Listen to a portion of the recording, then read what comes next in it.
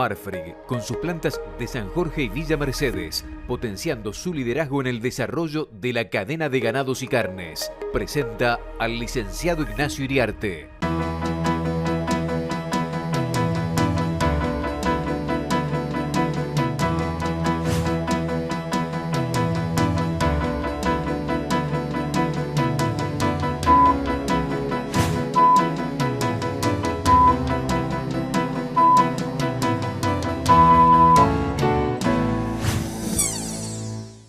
Amigos de Canal Rural, buenos días.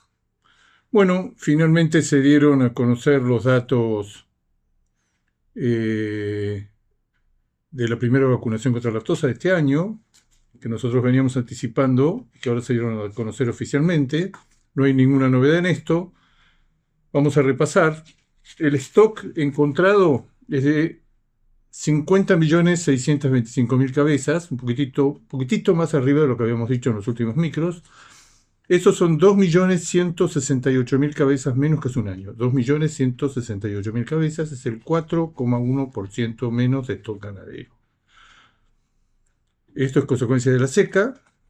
Nuestra idea, la vamos a desarrollar ahora, nuestra idea es que la liquidación lo peor de la liquidación ya pasó, pero los indicadores siguen siendo, especialmente la faena de hembras, siguen siendo preocupantes. Pero es probable que al 31 de diciembre próximo, que la próxima medición que vamos a tener del stock ganadero, vamos a tener un stock estabilizado o en una leve caída, pero lo peor de la caída del stock ganadero ya pasó. Vacas tenemos 21.340.000, tenemos 780.000 vacas menos que en el otoño del año pasado, según la vacunación. 3,5% menos de vacas. Y el dato que para mí es más relevante es que se han encontrado 14.600.000 terneros, 837.000 terneros menos que el año pasado. Este destete, ahora en el otoño, es 837.000 cabezas o 5,4% inferior al destete del año pasado. Esta es la caída más grande porque esto es reciente, va a entrar en escena en los próximos meses, si no entró en escena ya. Una camada de terneros y terneras, que después son novillitos y vaquillonas, inferior en un 5,4% a la anterior. Vaquillonas es otro de los temas preocupantes. Hay 380.000 vaquillonas menos que el año anterior, 5,3%. Todo el rodeo de cría, vacas, vaquillonas, terneros y terneras, está en el orden entre el 4 y el 5% de caída.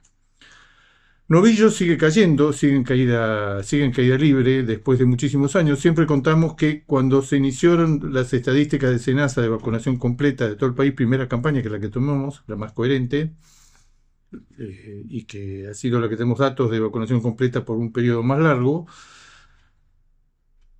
principio de del 2000 se vacunaban alrededor de 6,5 millones de novillos. Eso pegó después de la gran liquidación ganadera de los años 2000, de los fines de los años 2000, la seca y los Kirchner. Hubo una caída muy fuerte del stock ganadero, pero todas las restantes categorías con el paso del tiempo se recuperaron, pero novillos no. De esos 6,5 millones de novillos que se vacunaban a principios de la década, cayó a 3.300.000, estuvo un tiempo en 3.300.000, que es la mitad de los novillos. Después se estabilizó en 2.900.000 durante 5 años y ahora nos encontramos con que tenemos 2.700.000 novillos. Tenemos 120.000 novillos menos que el año pasado. Tema preocupante, ustedes saben que internacionalmente se vende vaca, se vende novillo, hay muchas categorías más chicas que no dan el calibre o la media res o el calibre de corte. No son categorías que son fáciles de exportar al resto del mundo, porque en el mundo hay un calibre mínimo de corte.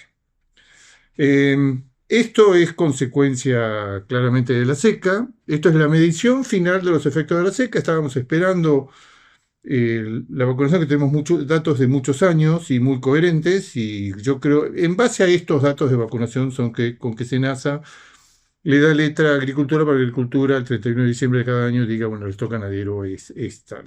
Pero yo creo, vuelvo a repetir, que lo peor de la liquidación ya pasó. Los indicadores, especialmente de hembras en la faena, siguen muy altos. En septiembre, el índice de hembras en la faena, el porcentaje de hembras en la faena habría sido de alrededor del 47%. 47% es cuarto más alto en 25 años para el mes de septiembre. O sea que estamos evidentemente todavía en porcentajes, especialmente en vacas y vaquillonas. Eso en cuanto al tema del stock ganadero. El segundo tema que podemos tratar es el tema de la faena.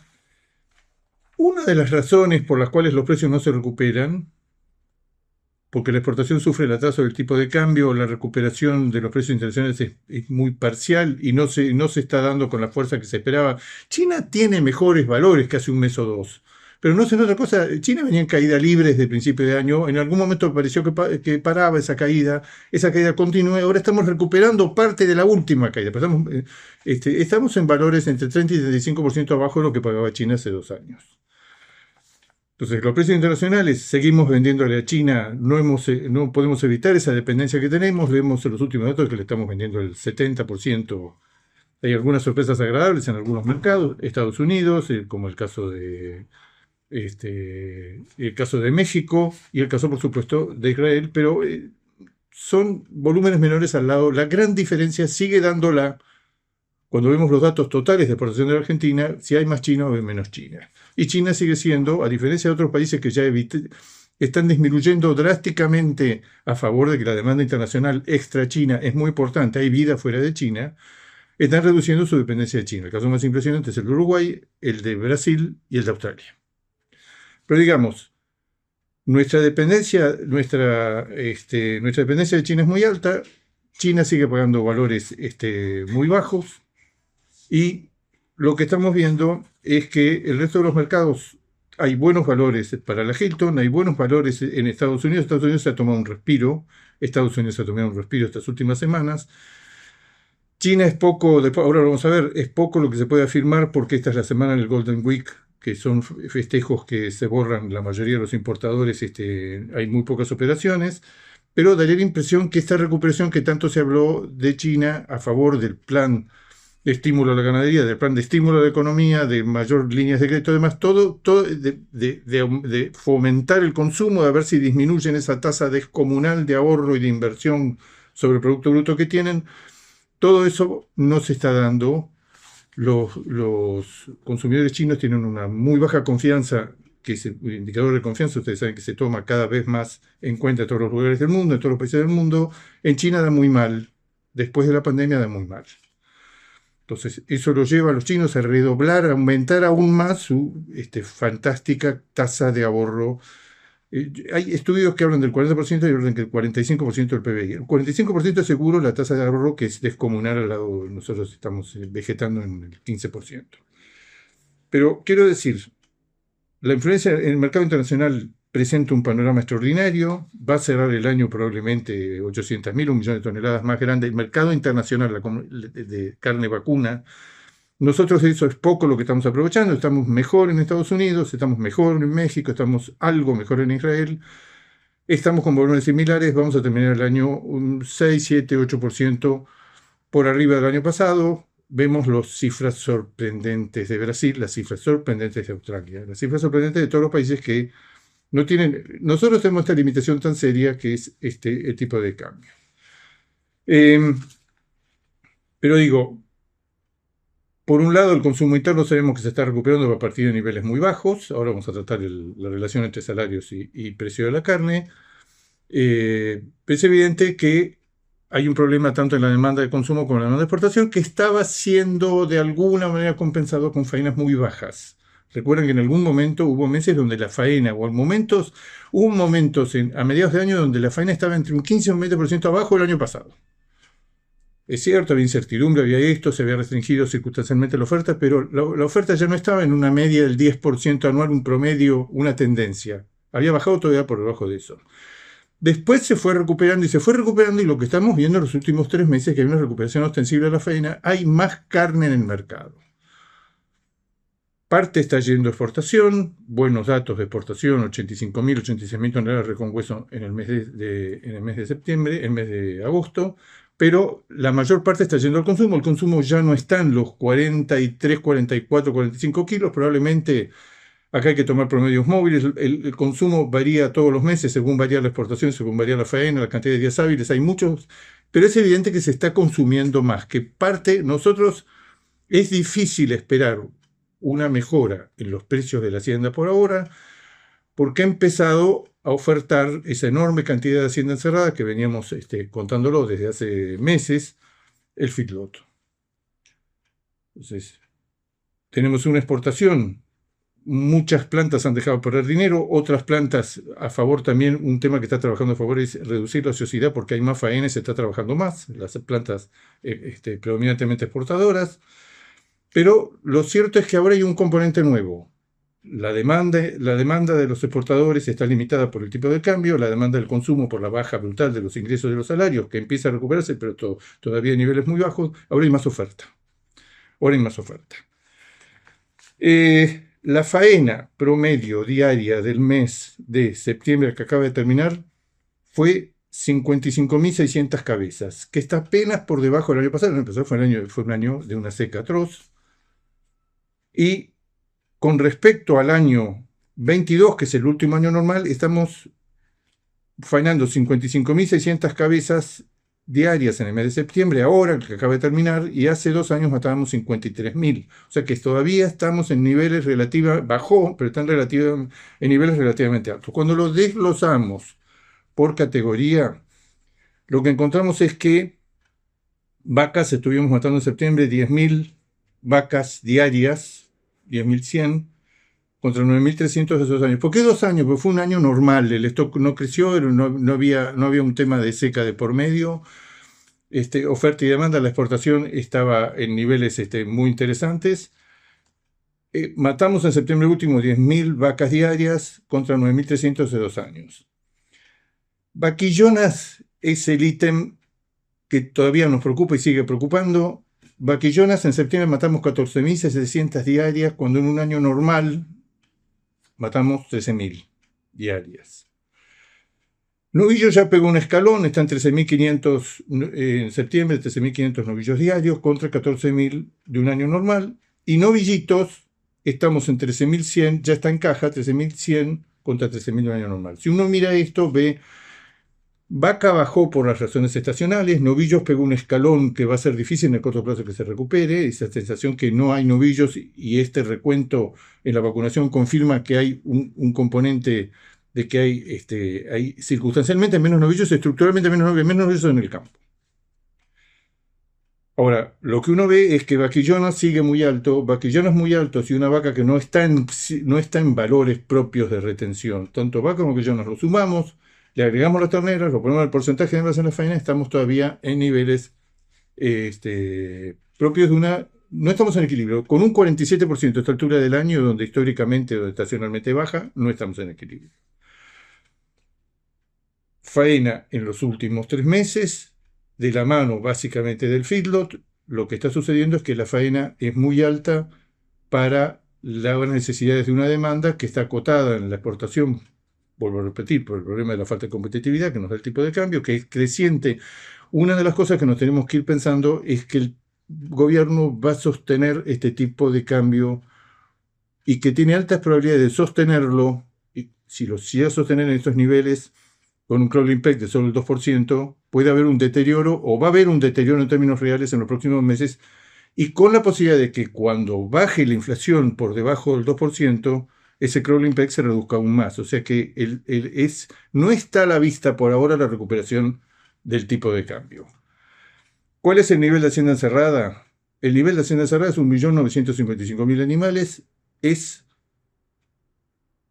un nivel extraordinariamente elevado, está rozando por cuarto mes consecutivo, está rozando los 2 millones de cabezas. Los feedlots en Argentina están llenos. Si nos comparamos de vuelta con 2 o 3 años atrás, estamos entre un 15 y un 25%, estamos arriba del año pasado, que fue el año de la seca. Y estamos entre un 15 y un 25% de los 2 últimos 2 años en la que la ganadería tuvo un comportamiento, por llamarlo de una manera normal. Relación entre salarios y carne. Los salarios lo tomamos del RIPTE. El RIPTE es la remuneración imponible promedio de los trabajadores estables. Remuneración imponible promedio de los trabajadores estables. RIPTE suena como un remedio, es el indicador de salarios del Ministerio de Trabajo. qué trabajo el que se tomó, el que elaboró este título. Son los salarios de los sectores registrados y que indican, esto lo hemos contado en algún momento, en la presidencia de Cristina, la última, con un salario promedio se podían adquirir 165 kilos de carne vacuna. Almorzador, 5 cortes. En los 4 años de Macri, en el periodo de Cristina, en el periodo de Macri con grandes altibajos, en Macri se pasa de 165 a 168 el mismo nivel, pero ya en caída. Ya estaba en caída. El pico máximo se logró en algún momento en que se llegaron a consumir, el poder adquisitivo de los salarios era cercano a los 190 kilos. Con Aníbal Fernández empieza la caída fuerte, que ya se había iniciado con Cristina y siguió el poder adquisitivo de los salarios en términos de carne. En el periodo de Alberto Fernández se desciende a 129 kilos promedio, los 4 años de Alberto Fernández, la relación entre los salarios registrados, que no son todos, los salarios en general no registrados, monotributistas, independientes, los que trabajan en negro,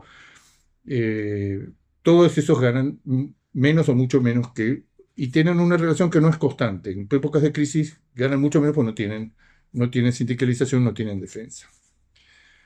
¿Qué es lo que se ve en los últimos meses? El año pasado, como promedio de todo el año, el poder adquisitivo estaba en 129 kilos de carne. Se cayó en diciembre y en enero tocó el piso conocido de la serie histórica, que son 90. En enero, con un salario promedio registrado, se compraron 90 kilos de carne. Eso empezó a recuperarse y se recuperó en febrero, en marzo, en abril, en mayo, en junio y en julio. Todos los meses a favor de que la carne está estabilizada o está estabilizado en un contexto tan inflacionario, es un retroceso en términos reales, los salarios están creciendo, han venido creciendo desde hace meses más rápido o más que la carne. Esta percepción general que la carne está barata. En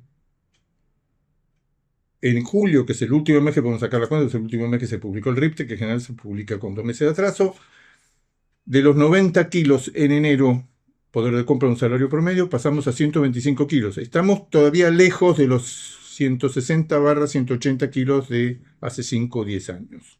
Esto es una caída, ahora rebotó, está en el fondo. Suponemos que cuando conozcamos los datos de agosto, de vuelta, porque el precio de la carne está estabilizado, el precio de la carne en general le ha hecho una colaboración extraordinaria a todo el programa antiinflacionario del gobierno por el peso de la carne y por cómo opera como limitador o como limitante de la suba de precios del cerdo y del pollo. Vuelvo a repetir, arrancó el año 90 kilos, se podía comprar con un salario promedio, hoy está en 125 kilos el último dato, que es el dato de julio. No sería raro que esto viniera ascendiendo, pero que quedara en algún momento el precio de la carne va a empezar a subir y va a empezar a subir probablemente a descontar todo lo que ha perdido en términos reales. Quiero decir, es muy difícil que el poder adquisitivo de los salarios se convierta en un protagonista de la demanda por carne vacuna. Ahora con una novedad, que es que la oferta de ganado, después de haber estado a mediados de año 10 o 12 o 15, en algún momento 15% abajo del año pasado, ahora ya está casi a la par del año pasado. Está casi a la par. El año va a cerrar con un 7% de caída en la faena y en la producción de carne con respecto al año pasado. Pero en este momento lo que estamos observando con preocupación es que todavía la combinación de vacas, vaquillonas y terneras da un índice de faena de hembras muy alto y en general la faena se ha recuperado de la mano, vuelvo a repetir, de existencias en feedlot encerradas que son más altas que el año pasado, a esta misma altura del año, un 3% más altos que el año pasado a principios de octubre. Estos datos que estoy dando, de 1.950.000 cabezas encerradas, son principios de octubre, hoy. Estamos grabando esto el 2 de octubre. Es un dato que se publica con mucha velocidad, es un dato que el día primero está en la página de SENASA y lo tomamos, después no se modifica, a diferencia de otros indicadores que hay que esperar que se terminen de cargar todos los datos. Este es un dato muy confiable que después no se modifica. Mercado internacional. El mercado internacional tiene una novedad importante, que es que la Unión Europea retiró el proyecto llamado proyecto de deforestación, que toda una serie de productos agropecuarios, respetaba la carne, la madera, la soja, el café, una cantidad de productos, los importadores europeos debían demostrar todas esas ítems a partir del 1 de enero próximo tenía que provenir de un predio en cualquier lugar del mundo, pues en cualquier lugar del mundo estábamos todos pendientes de este tema, que ahora se prorrogó por un año. Tenía que demostrarse que viniera de un predio, de un establecimiento rural, que no hubiera tenido sufrido proceso de deforestación a partir del 1 de enero de 2020.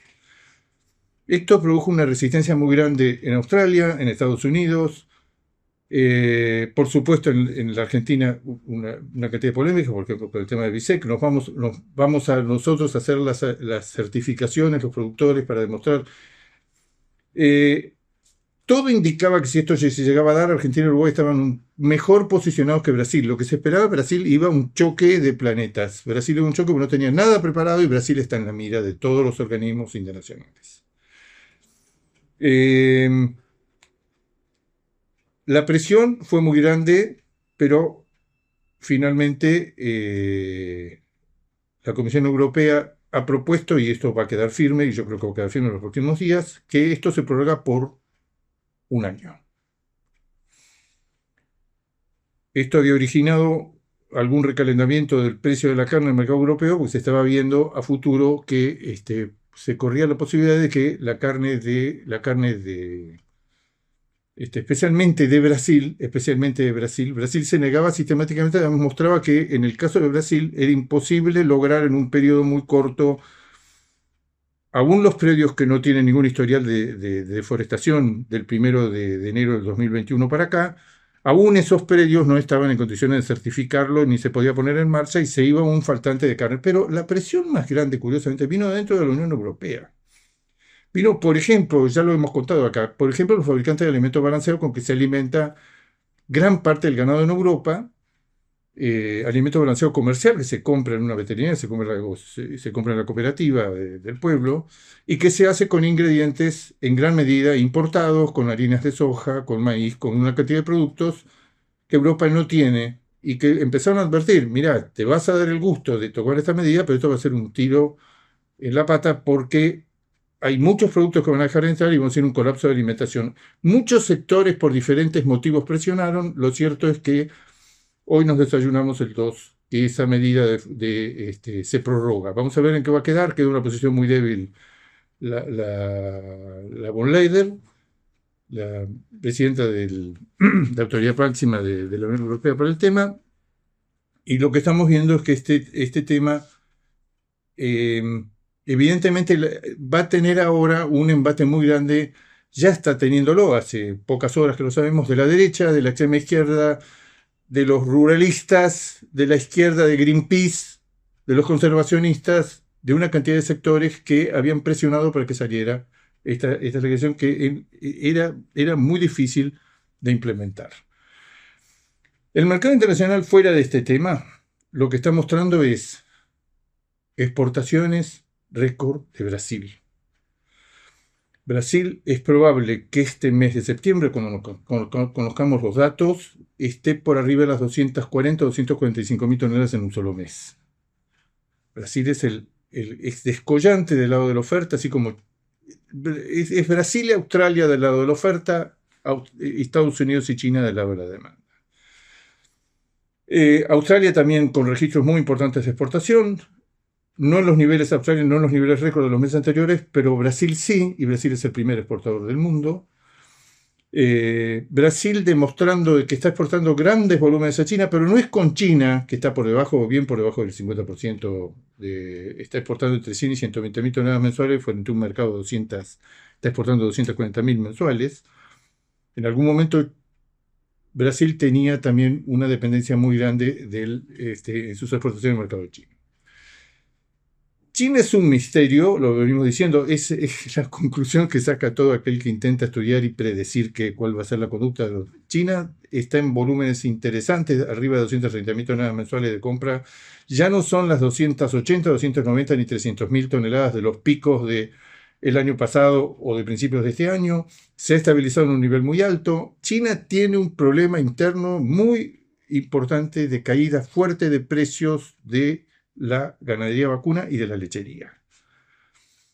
La ganadería vacuna, un informe hace poco del MARA, del Ministerio de Agricultura chino, caída del 23% en el precio mayorista de la carne en una economía estable que está mostrando señales muy preocupantes de deflación,